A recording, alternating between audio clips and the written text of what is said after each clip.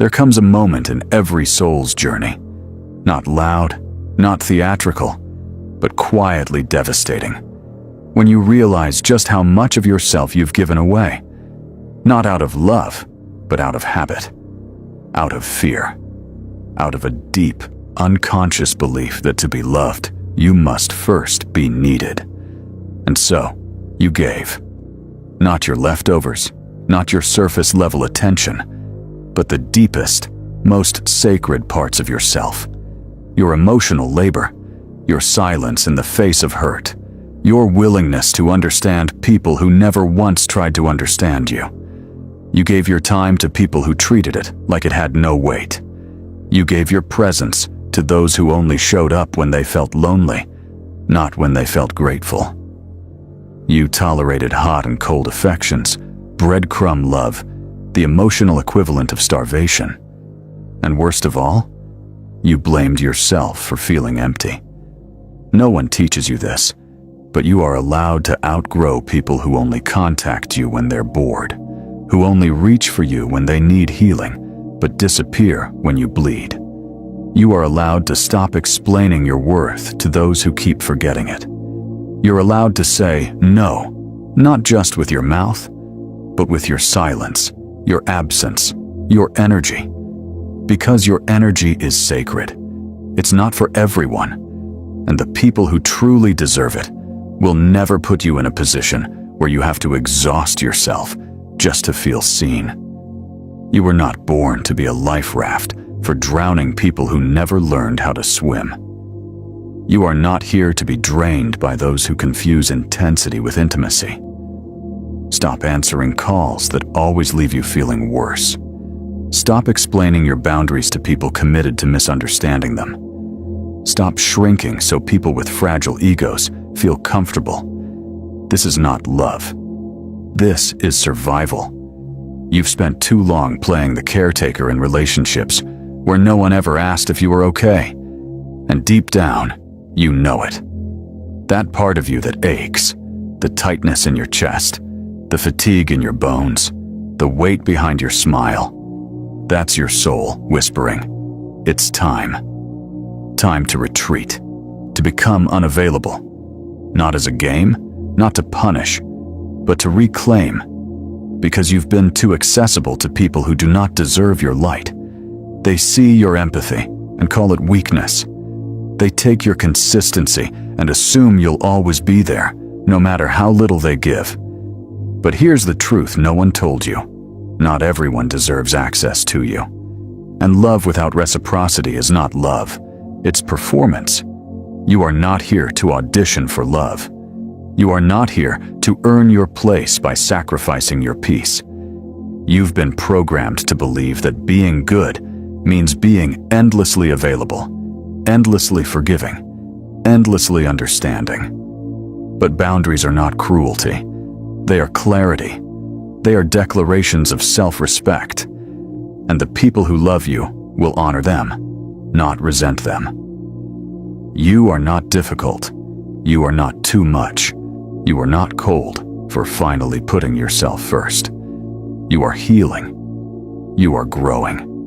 And growth often looks like silence, like fewer texts, like unanswered calls, like a calendar that finally prioritizes your own rest.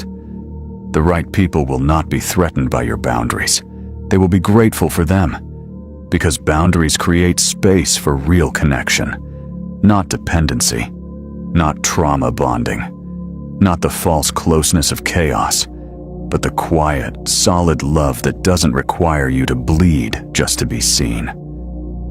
If you're listening to this, if you've stayed this long, maybe it's because you're tired. Not the kind of tired that sleep can fix, but soul tired. The exhaustion of constantly showing up for people who never truly saw you. And if that's the case, let this video be your turning point. Let this message crack something open in you. Because you deserve more. You deserve peace that doesn't require suffering.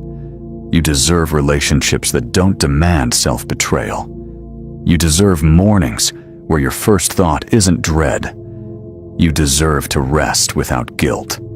to feel joy without justification. And yes, you deserve to be loved without having to first break yourself into pieces small enough for others to swallow. If this spoke to you, if even one sentence felt like it had been living inside your heart, unnamed, then don't leave here unchanged. We create this for you, the ones who feel too deeply, the ones who've been strong for too long, the ones who are finally learning that protecting your peace is not selfish, it's sacred. So subscribe, not out of habit, but out of intention, out of a decision to fill your feed with reminders of your worth, your strength, your right to feel.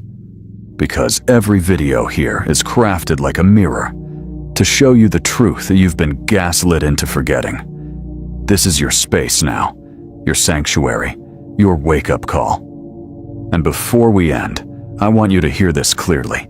You are not broken for needing rest. You are not dramatic for wanting consistency. You are not unlovable just because others were too damaged to recognize your beauty.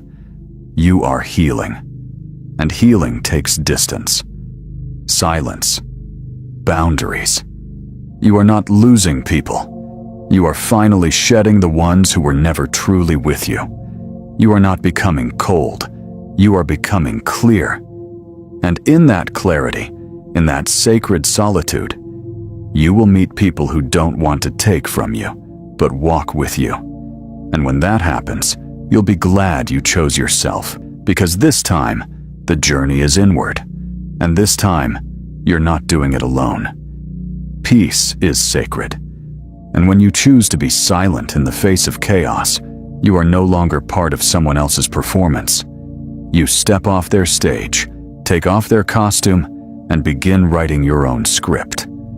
This is what Jung meant when he spoke of individuation. It's not simply about being different. It's about becoming real, unshaped by external pressures, formed from within. But there's something else no one warns you about on this path: loneliness. When you stop being emotionally available for everyone, you will feel alone. Not because you are unloved, but because you have withdrawn from relationships based on dependency and illusion. The silence becomes heavy, the solitude feels sharp. Yet it is within this solitude that your true voice begins to whisper. In the absence of applause, of validation, of constant stimulation, you finally meet yourself, not the persona, not the reactive mask, but the one beneath it all, who doesn't need to perform, to prove, to earn love. That self is the one you've abandoned every time you said yes to avoid conflict, every time you explained yourself just to be understood, every time you absorbed emotions that were never yours to carry. That self is waiting in the quiet, and it's time you go and meet them. Because here's the truth most people avoid. The world does not want you to be whole. A whole person is unmanageable, unpredictable, untouchable by guilt or shame. A whole person cannot be emotionally manipulated. That's why the world teaches you to fragment, to be polite instead of honest, to be helpful instead of whole, to be liked instead of real.